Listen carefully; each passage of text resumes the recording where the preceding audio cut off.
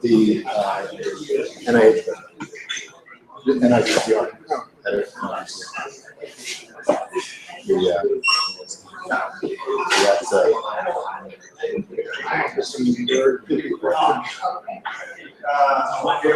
watch you. Good.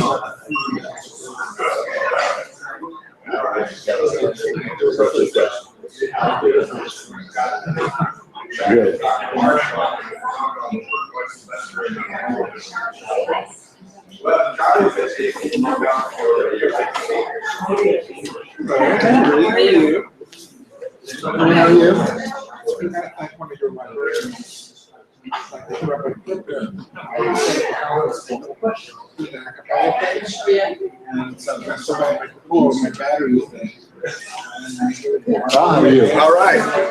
So I'm going to be away the week before Easter. So next week I'm out all week. Okay. So, but after Easter, we should get back together and talk about our integration sessions because they're going to be coming out. Just I want to get a sense of how you want to do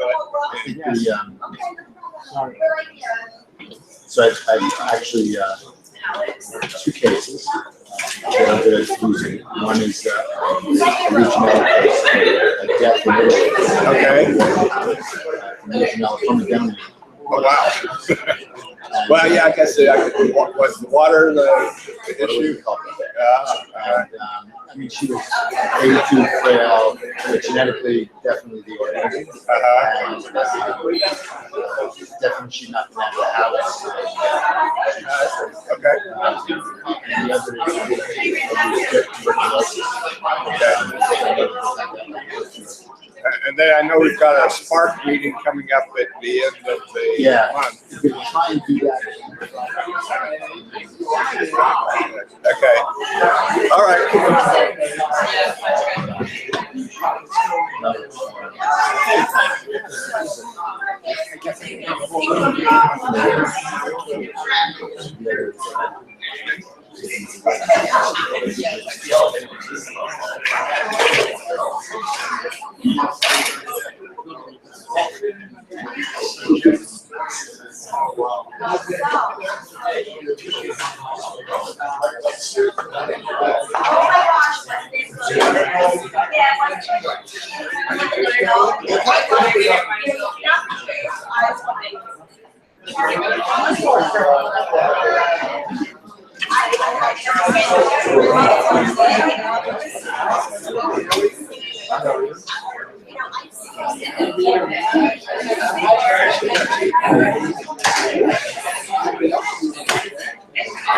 There's two reasons why we can start.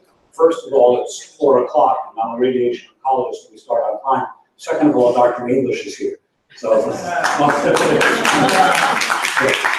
long as Dr. English is here, then we can start.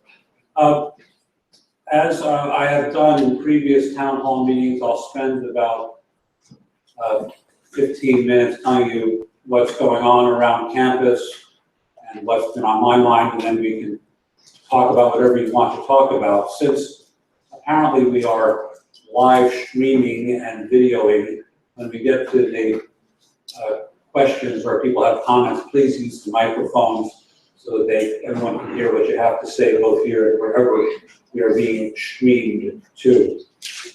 I want to express the condolences of the college to Dr. and Mrs. O'Connell on the death of their son. I got an email from Tony O'Connell that their son had passed away unexpectedly, suddenly, and that's all I know. I sent condolences. I have never met any of their family, and that is everything I know about the situation. I want to congratulate those of you who participated in the reaccreditation from ALAC. We got an outstanding animal laboratory care reaccreditation. This is crucial to the infrastructure of the college. I read it over. It's not only a reaccreditation, but a reaccreditation with multiple commendations. So I know this was a team effort. My congratulations to all who participated in the effort. There are a group of things next I want to talk about in relation to academic affairs at the college. We have reached final agreement almost with the estate of Catherine and Ladislaw Hinterbuckner for the Catherine and Ladislaw Hinterbuckner Endowed Chair. I'm sure that many of you knew Dr. Catherine Hinterbuckner, who was chairman of physical medicine and rehabilitation, although she preferred it to be called rehabilitation medicine. She made a very generous gift to the college for an endowed chair in rehabilitation medicine in her will. It has taken roughly 2 years to work through the process that was required in the trust, along with the estate attorney, and we reached agreement in February, and the Board of Trustees of New York Medical College has approved the creation of this new endowed chair. It is the largest single gift to the college since 2005. I believe that Ms. Khan and I have closed a significant philanthropic gift to the Department of Microbiology and Immunology from a family in the southern part of the United States. They wanted to create an endowment, and they chose that as the focus of their endowment. Details to follow. We've had a couple of notable events in the academic life of the college since the last time we had a town hall meeting. Armistice Day was November 11th. World War I ended at 11 a.m. on the 11th month, on the 11th day, people thinking that was romantic in 1918. Of course, people died unnecessarily for several days for the continuation of combat until the armistice occurred. We are now in the 100th anniversary of the United States entrance in World War I in 1917. In honor of Armistice Day in November, we did a program at Metropolitan Hospital. Matthew Olstein graduated from Albany Medical College in 1916 and was awarded an internship at Kings County Hospital, where he was bound and gagged and threatened to be thrown into the East River by his fellow interns and dumped at Grand Central Station, being told that if a Jew ever tried to become an intern again at Kings County Hospital, that would happen to any others. Dr. Olstein, now being unemployed, found a home at New York Medical College, Metropolitan Hospital, where he served as an intern. At that time, you were chief resident in your second year. Finished his chief residency. He joined the Army in the 346th Infantry and was killed in combat in the Meuse-Argonne offensive 3 weeks before Armistice Day. His grave is in Cortlandt Manor, New York, in northern Westchester County, where I went to visit it. Put a stone on it. And we had a program at Metropolitan Hospital with contributions from members of the children and grandchildren of the veterans of World War I, the Jewish war veterans, and several other dignitaries to honor Dr. Olstein, put up a plaque and point out how this was a story of terrible discrimination in someone who responded to go on to die in the service of his country. For African American History Month, we did a program on Myra Adele Logan. If you look around campus, you can see a display about her, which we put up in 2 locations. New York Medical College was the first historically majority medical school in the United States to have scholarships for African Americans. They were created by Walter Gray Crump in 1928. His portrait is in the lobby outside this lecture hall.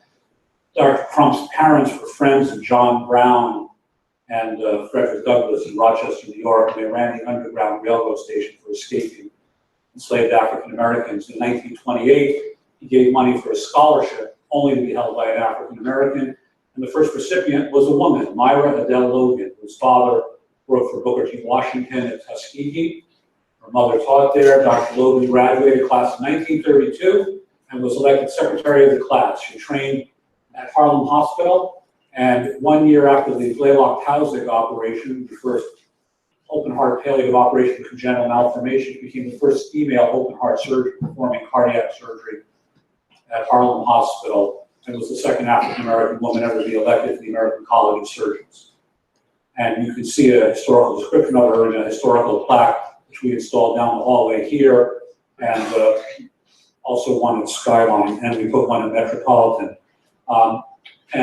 We used the story of Dr. Logan for Women's History Month, and also we did a plaque in honor of a member of your faculty, Dr. English, who passed away, an African-American psychiatrist who was on multiple government commissions. If I was better Chancellor, I could remember her name. She passed away about a year and a half ago. And you're looking at me, you can't remember the name. Phyllis Harrison Ross. Pardon me? Phyllis Harrison Ross. Thank you. So we put those displays up in Metropolitan around here. Thank you, Marie. There is a special place in heaven for librarians. Since we've had the last town hall meeting, we had the site visit for the nursing school. It went well. There appear to be no filed objections to the state hearing. The New York State Board of Regents will vote on it. We expect approval, which means the nursing students start in August. We are in our second year of applications for the dental school. Dr. Farkas, can you give the 1 minute overview? Okay. And Rob, can you hand him the microphone?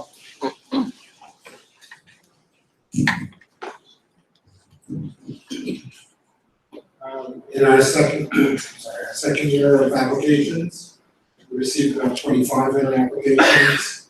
We did about 550 interviews. Those, our class of 113 is almost complete. We expect them to arrive July 7th. Our average DAT is 21, and our average GPA is north of 3.5. That puts us probably number 6 in the country at this point.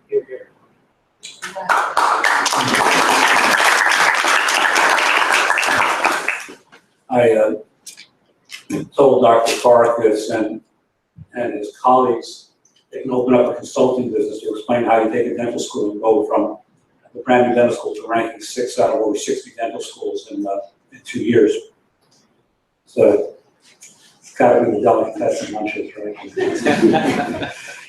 We signed a new affiliation agreement with Metropolitan Hospital. It's the longest continuing relationship between a public hospital and a private medical school in the history of the United States since 1875, and the agreement now extends until 2021. We signed a new an extension of the academic affiliation agreement with Brookdale in Brooklyn. We currently have on average 25 medical students in Brooklyn on any given day. That extension now goes to 2019. And as you saw in the announcement that was sent out by email today, we signed a 14-year agreement with Westchester Medical Center approved by both boards of trustees. We have been on Q3 to 6-month plain vanilla renewals since about 2003. This agreement is this agreement is a 12-year agreement. I said 14. It's a 12-year agreement, which will automatically roll over another 12 years unless either party wishes not to with year 10. So expected a 24-year agreement. The agreement, as I put in the email that went out to the campus this morning, includes commitment to have our students as trainees, not only in the medical school, but all NYMC programs and all Turo affiliated NYMC clinical education programs, not only Westchester Medical Center, but the other hospitals in the WMC system. Our students will always have priority. We will never be charged for clinical education at the hospitals. Some of the 11 GME programs sponsorship will change to the hospital from the college. We will have clinical rotations of Good Samaritan and those programs which are most desirable to us, as well as other sites. We will engage in joint recruitment of clinical leaders. There are commitments from the hospital to the support of biostatistics, the library simulation services, and CME. There are financial arrangements related to the dean's dues and capital improvements and recruiting packages, agreements to progress forward on clinical research. This was one of the goals I set for myself when I took the job in 2012, and we got it done. and it is a good deal overall for both parties, and I'm glad to have this done and have this relationship stabilized. It is a very, very, very fluid market for clinical education, with Caribbean for-profit schools and other schools always engaged in poaching to have a stable relationship with our primary academic medical center across the street in the next 12 to 24 years is an enormous benefit to the college.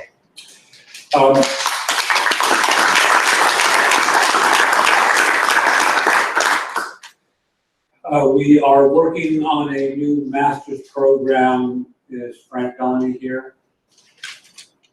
I have noted that the largest MS in basic biomedical sciences program, which is targeted at pre-med students, is at Georgetown.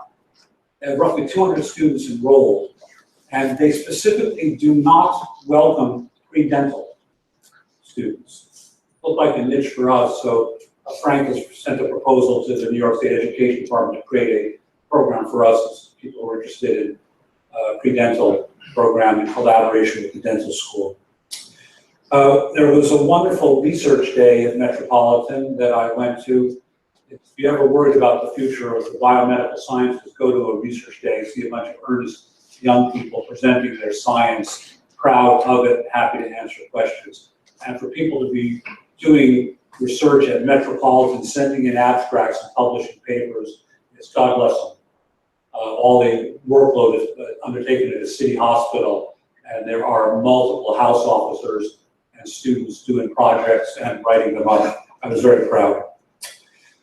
Founders dinner will be this fall, and this is the moment where Amy says the date is. Sunday, September 17th at the Doubletree in Terrytown.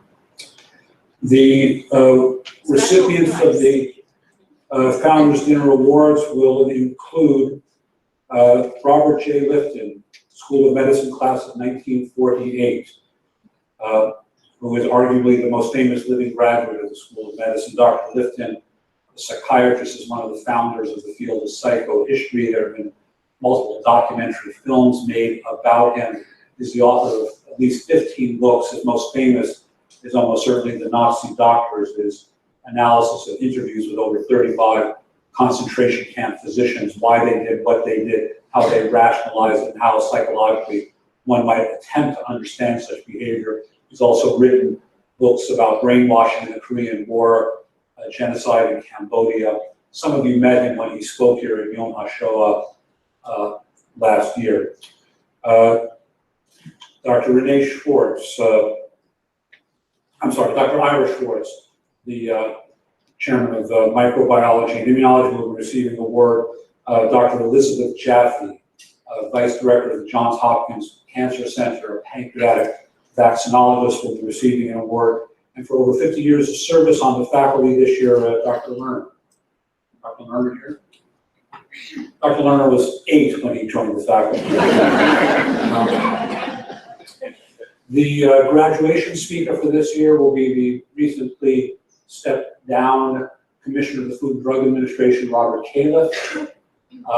And the graduation speaker for 2018 will be Jeremy Sugarman, the co-director of the Johns Hopkins Institute for Biomedical Ethics and the author of multiple books on medical ethics. Some of you may be familiar with Dr. Sugarman because he was in the news when he was one of the senior ethicists on the White House Commission on the Ethics of Radiation Experiments at the end of World War II through the Korean conflict, which ended up issuing a governmental apology for some of the funded research without human consent. Okay, turning to buildings and grounds and finances. The college got its bond rating renewed as the highest possible rating available for a higher education institution. Our bond rating is jointly with Turo. It is not only ours, but it is part of the Turo system.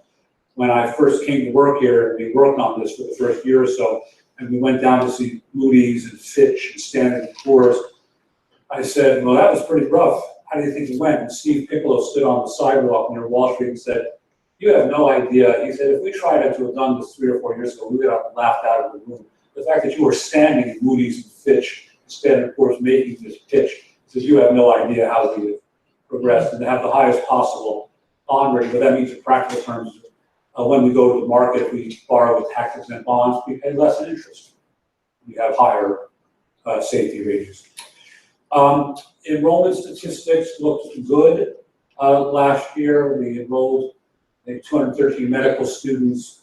We're projecting 207 to 208. Dean Amler reported this morning that we're on track for SLP and DPT programs, and as you heard, the dental school is on track. I am pleased on Buildings and Grounds to announce that before I died or retired, we finished the driveway, the skyline. I was not sure sometimes, and someone commented to me that you wouldn't think that anything as trivial as a 0.25 mile length of asphalt makes such a big difference in your daily work life. But not having to drive out to Sawmill Parkway and make that right turn in front of Home Depot and have to work your way around, and that you can walk right back and forth. Big improvement towards the goal of making it all look like a real integrated campus. Exercise facility open and operational. I have had some questions about it. I'll get to that with my Q&A. We finished the Phillips build-out in the Dana Road facility. For those of you who breathtakingly are waiting for where the turkey statues were that used to stand in front of Sunshine, they are restored and they're going to go out when we're convinced that spring is actually here. We continue in the next project I'd like to get done before I die or retire, the negotiations over the demolition of Munger. This requires votes of the County Board of Legislature along with the approval of the executive branch, and it is a work in progress. We'll get there, but to remind you of what I've talked about before, the long-term goal for that parcel is to take the building down and put up some shared space for the students, and on the order of 400 to 500 beds for housing for the house staff at Westchester Medical Center and our students. We'll double our inventory on campus of housing. However, a lot of the housing stock across the street from here is outlived its lifespan. And so once we get the Munger one done, then whatever color you call that, green or gray or whatever it's supposed to be, those will have to come down and be replaced. They do not have a long-term life expectancy. We're spending, okay, next parking, the third rail of academic medicine. We are going to have third and fourth year dental students soon. Therefore, we are going to have a clinic where they will see patients in Skyline. Therefore, we are going to be undertaking a major consideration of parking. You cannot have patients coming and going to dental clinic and have everyone willy-nilly parking whatever they wish to and get in the way of patients getting in and out of the building. And so that's a project for the coming year. Do not be tempted to try to lobby me about any particular issue about parking this afternoon. This requires some careful data analysis of how many patients, what time of the day, what day of the week, and a data-driven analysis for it. There is one additional comment I want to make when I'll get to the Q&A. Sunshine Cottage. There are people crammed in some places in Sunshine Cottage and not what I think is the most efficient use of space. I've asked Mr. DiPurio and Mr. Rogovan and their colleagues to do an analysis of space to see whether we can do better with that building. And here is the but. We are spending a lot of money holding that building together with duct tape and sawdust and chewing gum. It is a 1931 building, and I need to tell the inhabitants of it that it leaks from every orifice when it rains. And it's getting to be cost ineffective to commit ourselves to a decade more of holding that building together. After we finish with the Munger facility, we'll have to turn our attention to saving what is a historical Newport in Sunshine, and then putting an end to a building which I do not think is long-term remediable. Got a new food service provider in the cafeteria, and so far the feedback I've gotten is with a few little bumps, fine. The other building and grounds issue I want to talk about is Patterson. That apartment building in Patterson has 41 or 42 apartments. 4 of them have been taken by the chaplaincy service of St. Joseph's. One is a guest. We've had, it looks like, so far 15 or 20 students who have signed up for it. And I have had some concerns about interest in it, but so far so good. We'll watch as we get through the next couple of weeks to see how student interest continues in that building. There's a few items finally that people have sent me email questions about that I want to go ahead and answer before we go to the microphones. Some people have asked me, can you talk about when will there be a food service at Skyline? Got a new operator here on this side of the campus. The feedback has been generally positive. Part of their agreement is to explore plans to upgrade the appearance of the cafe and open a coffee shop in the Skyline and then go to expanded services. But this will be a several months process. They have to demonstrate that they've got everything working fine here and then expand to expanded services to Skyline. Some people have asked me about the bookstore. We have a contract for the outside vendor with the bookstore, which is coming due this summer. Mr. Rockman will be soliciting comments because there are more than one entity that provides bookstore services in higher education. We'll look at what our options are. There was a reorganization of some of the leadership in environmental services with a new leadership position for Sarah Cottet. We are engaged over the summer in the upgrading of the campus Wi-Fi system for faster speeds and greater capacity and the new phone system. Some people ask me about the issue of dental students wanting to be able to drive from Skyline and have a second parking space closer to the medical education building.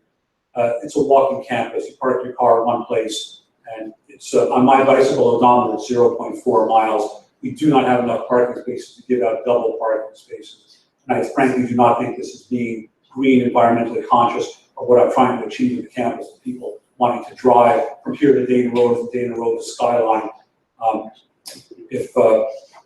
For those of you who have, some of you who have worked maybe for whole careers at New York Medical College, I worked at Duke for 25 years. Duke had a campus shuttle bus. We had a campus shuttle bus. You parked your car in the morning and you went about your appointments during the day. No one expected to drive the car and have available parking places, multiple places on campus. We do not have that much property. I had a question about increasing access to the fitness center. The data is supposed to come in about my agreement. The fitness center was to clock usage and gradually expand access to additional groups of students and staff over time. I'm expecting a report this month on it. And I got one request, will I be handing out duplicate copies of the Westchester Medical Center or Metropolitan Academic Affiliation Agreement contract for everyone to read? No, I won't. These both took a lot of negotiations with lots of lawyers, and there are many things which are not matters of public discussion about it. One wants to be open and transparent in academics, but not everything is a matter for public discussion, including individual employment, salary lines, and confidential matters. So I sent out the description of it as I did by email. I just told you what's in it. Same for the Metropolitan Agreement. Dean Miller, I've had meetings with the department chairs to talk about it. I'm happy to do more, but we're not distributing 45-page contracts for general discussion. I'm sure that would not rebound well in the long run. Okay, friends, that's what was on my list to talk about, and I'm happy to talk about whatever you all want to talk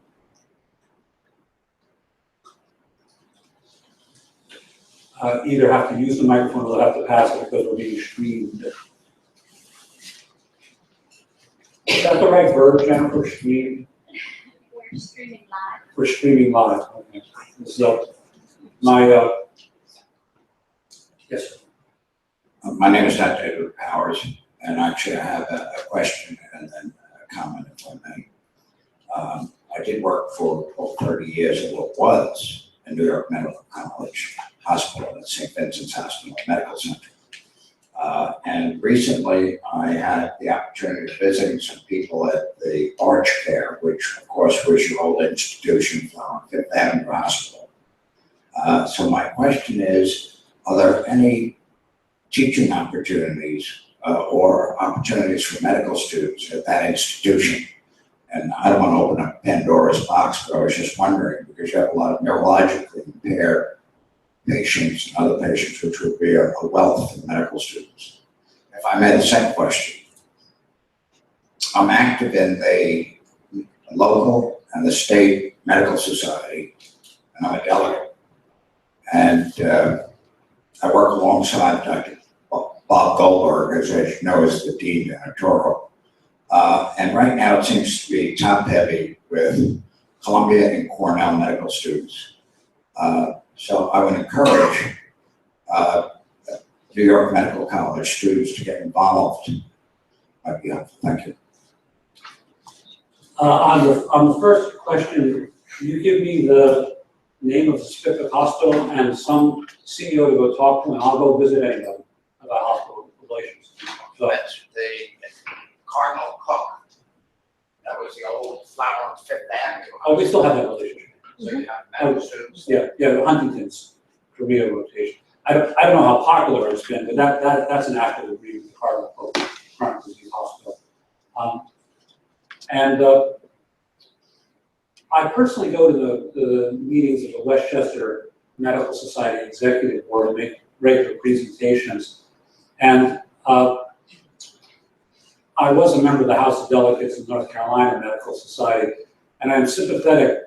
To your point on the medical students, I always forward all the invitations from the Medical Society to Dean Miller to distribute to the students. I do not, however, feel it is my place to compel anybody to do it, and there have been sometimes requests in the 5 years I've been here that we should cancel classes to make it easier for the students to go to Albany or some other activity. I think that's an academic call on behalf of the School of Medicine, and that's a matter for Dr. Kessler, Dr. Miller, and the curriculum committee to decide, not for the Chancellor to order closure of classes. You know, people feel that's important, and it's a free country, they can do it. But so I guess the answer is it's mixed. Although I doubt that Columbia and Cornell are canceling classes for activities. Dr. Allen, are you being the maitre d', or you? For any of you, if you've never been to a medical meeting in Europe, the Pediatric Radiation Oncology Society, for the most part, meets in Europe at our meetings. That is a job at European meetings. They have almost uniformly female hostesses who stand there with a microphone, running around passing out the microphone. I don't know what you call that as a job description, but what Rob is doing is that's already, people who probably do that for a living for medical meetings in France. Thank you, sir. Your attribution, disregarded. Yeah. Other comments, questions, things you want to talk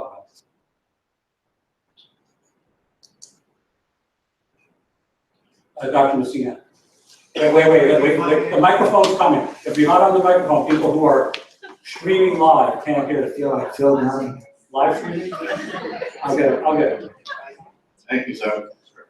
Are there any financial tangible benefits for New York Medical College with two affiliations that you just announced? Yes, substantial. I guess you answered my question. Are you allowed to summarize them in any general way? I'm certainly allowed to, I won't. If there are a public discussion of issues like that, Dr. Messina, arrived after several years of negotiations at multiple levels, would be a breach of trust on my part of my handshakes with the hospital. The hospital won't be discussing them, and neither will I in a public forum. They were fully discussed with both sets of boards of trustees and vetted, and I won't discuss any numbers. This side.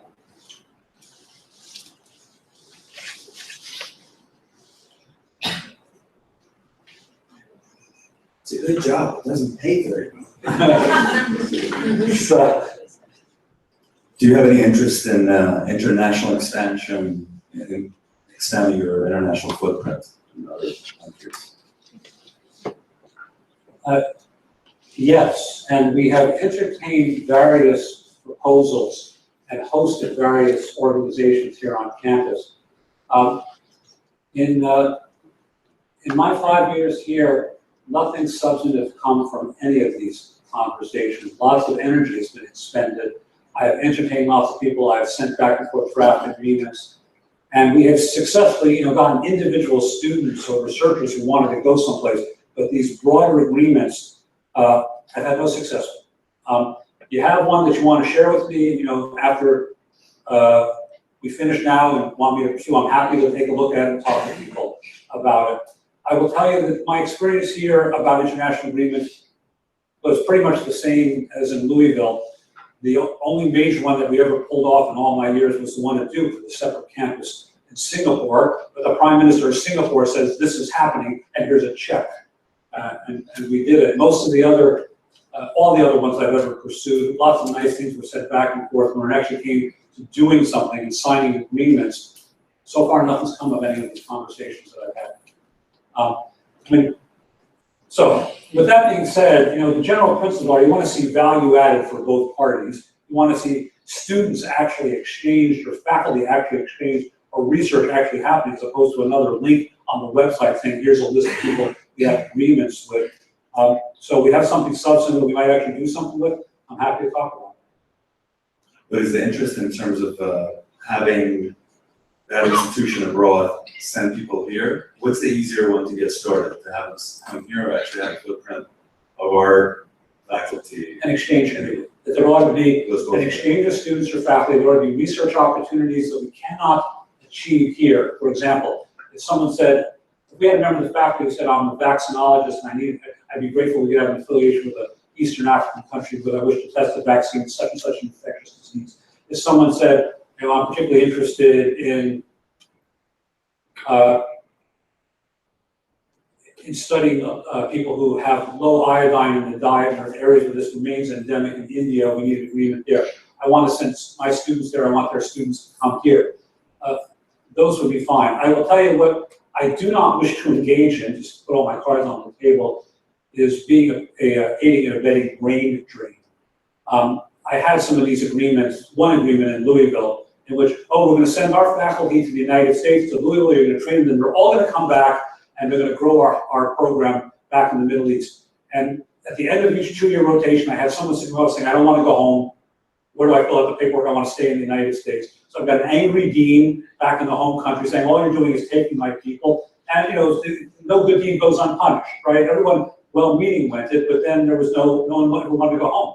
So what good was I doing to the home country? So an agreement is a real exchange, in my opinion, value added for both institutions, where they both have skin in the game.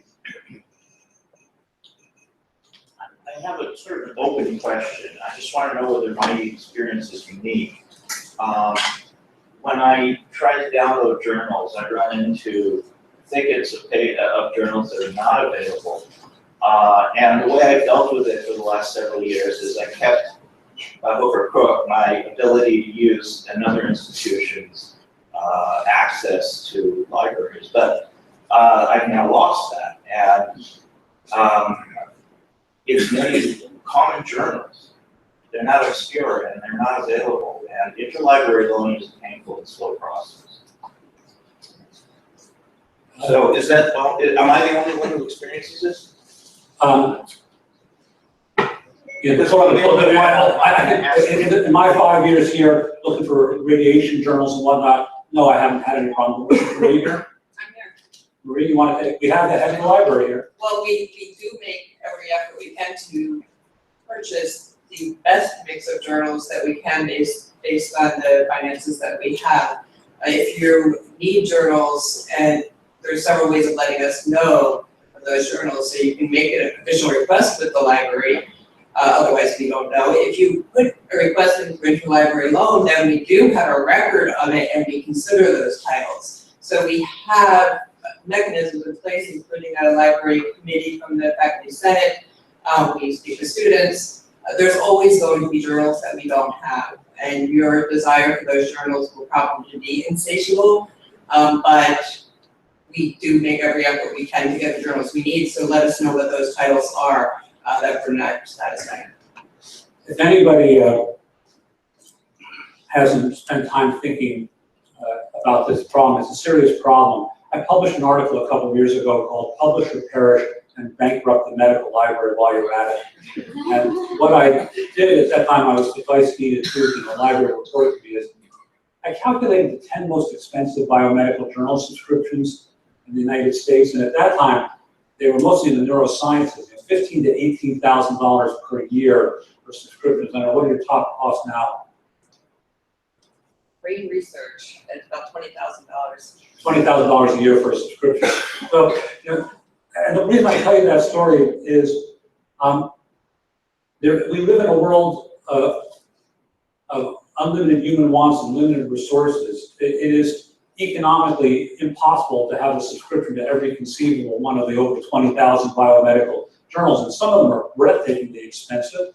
And once again, God bless librarians. When biomedical librarians have stood up at their national meetings and criticized Elsevier and Wolters Kluwer over the price of these journals, the companies threatened to sue them for libel. Now they know that they're not going to win a libel suit against the librarians discussing his or her field in his professional meeting, but they do that to stop the conversation.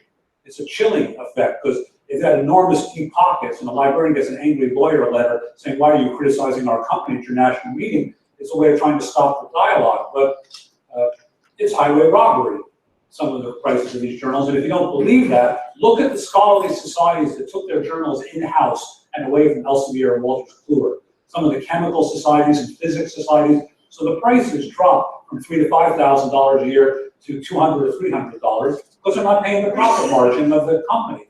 You know, it's not rocket science to have a printing press. Any of you who are active in your scholarly societies and you go to the publications committee meeting, that's a lot of what's going on. People talk about taking the publication in-house, and then they have this shtick called bundling.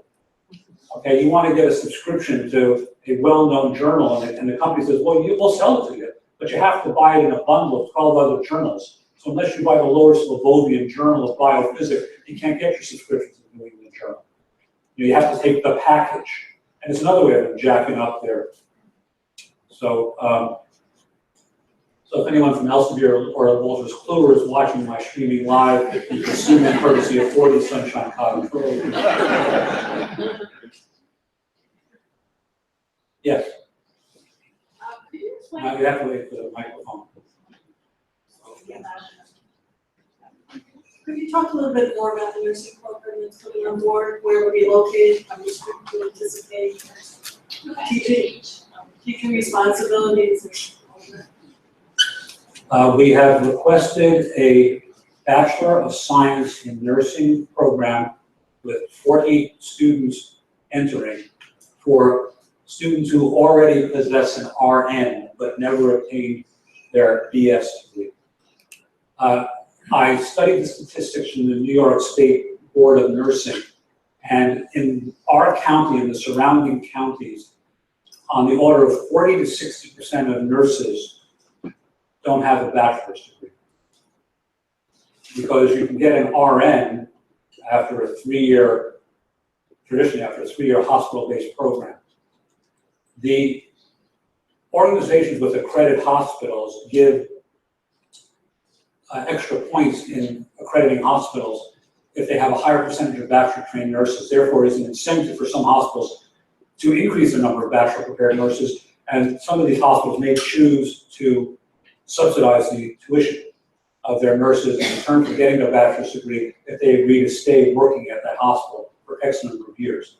Furthermore, our next door neighbor, Westchester Community College, is not empowered by the state to offer a bachelor's degree. They have a 2-year nursing program, so they would be seeking a transition in which their students could transfer after their 2-year program to us because we have the authority to grant a bachelor's degree. Now, I just said something which I have learned is deceptive. If you say how many dental students are entering, Dr. Farkas or Dr. Goldsmith can say, well, we're going to have 111 in the class or 112. If you say how many medical students, 207. How many physical therapy students, 39 or 40. But nursing students in this type of program are going to be going to school overwhelmingly part-time. They're going to be working typically 4 10-hour shifts a week and then going to school part-time. So it's not as if 40 students will enter and then in a lockstep cohort finish their 14 classes and then come out the other end with their Bachelor of Science in Nursing degree. You can expect that they will enter school, not go to school for a semester, go to school, not go, and then over a period of time, accumulate enough courses in order to get their ESN. The location will be in Skyline. And it is also possible, we are entertaining a proposal that some of the coursework may be delivered at hospitals. If a hospital offers to, say, sponsor 10 tuitions for their own employees and request that we either broadcast to the studio in the hospital or, in the case of Westchester Medical Center, use one of their classrooms for people coming right off the end of the shift, we will explore that as a possibility. I'll say finally, we don't need to teach fundamental bedside and clinic nursing skills in our nursing school because the students are already all nurses who have an RN. What they need to do is to take courses like Introduction to Sociology 101, Current Concepts in Nursing Theory 101. They need to take courses to move them to their bachelor's. We don't need to teach how to start an IV or medication administration because they took those courses in order to get their RN. Make sense?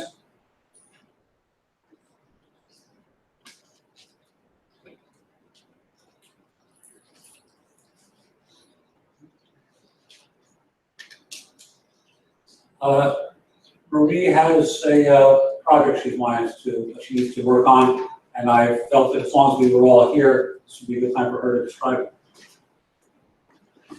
I think it's actually also a really good tie-in to the conversation about not having access to the journals. So actually what we're talking about is open access and institutional repositories.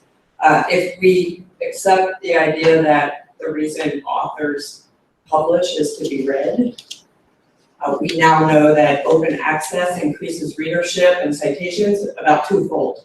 So if something is open access, it's going to get greater use. So this is really for authors to consider, as well as for consumers who are going to benefit from more access to journals, as well as anybody who has interest in the scholarship of New York Medical College. Toro Scholar is a new product that's been released. It's an institutional repository. So there's basically two ways to make, or maybe three ways to make your articles open access. You can publish in a journal that's an open access journal that you often have to pay a fee for and are often of dubious quality, or you can publish in an established journal, regular journal, and pay a fee for that, or you can publish like you normally do and do what's called self-archiving in a product like Toro Scholar. Some of you probably know of PubMed Central. That's a repository. It's a repository that you're required to deposit to if you have an NIH grant. I know that hundreds of our researchers put things in ResearchGate, which is great. The spirit is there, but we also know that about half of what's in ResearchGate is there outside of compliance with copyright. So what we're looking to do is move to an open access repository here at New York Medical College. We have a scholarly communications librarian, Richard Hanjovi, who's actually working on these issues and looking at open access. And basically what I would like to see, and I'm going to select my words here carefully, is open access as the default.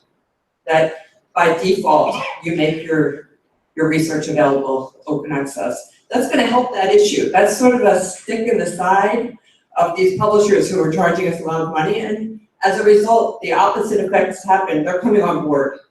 They're accepting this. This is reality and this is what everybody wants.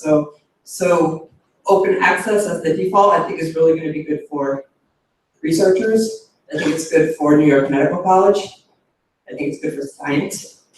And it's a conversation I really want to have, and I want to have with all of you, and I'm starting that right here. And Jovi and I would be happy to answer any questions, and we're looking to schedule some information sessions on Toro Scholar coming up. So look for those, and feel free to drop a note, and let's open up this conversation and make that happen. Marie will stay for a few minutes after we finish if folks want to come over and talk with her. She wants to begin this campus-wide dialogue.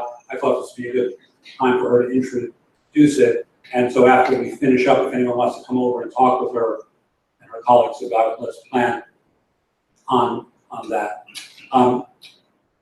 Finally, folks, I not infrequently get people who want to know about some things going on with the national picture for science. Shortly after our last town hall meeting, I published an op-ed in the Westchester Journal News about immigration and the president's proposal regarding immigration and my opinion about the free exchange of scientists and the free movement of people. There's an op-ed on the Cranes Health News website and on another website, Jennifer called, okay, about the proposed cuts in the NIH research budget, the gutting of the research budget of the Environmental Protection Administration and the National Oceanographic and Atmospheric Administration. The president's proposal 2 weeks ago would take 20% out of the NIH budget. Since the NIH budget represents 75% of federal funding for science, it's a serious hit. So I wrote my opinion about it. If anyone wants to read it, it is available as a public document, and there are links to it. And if you want to listen to a conversation I had with the local television reporter for FiOS, it's available online, a 25-minute interview about the bill that was not voted on in the House about provision of health care and changes in Medicaid. It is not my job description as Chancellor of the College to engage in political polemics unless I think it directly affects the life and conduct of the academic enterprise.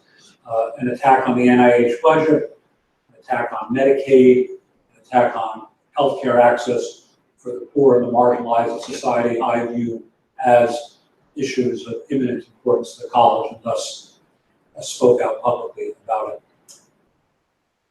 And thanks for coming. I will stay here if someone wants to come up and ask me something, and Marie will be at that side of the room. Otherwise, I wish everyone who is respectively celebrating Easter or observing Passover or the other holidays of the next 2 weeks a good holiday season. Thank you.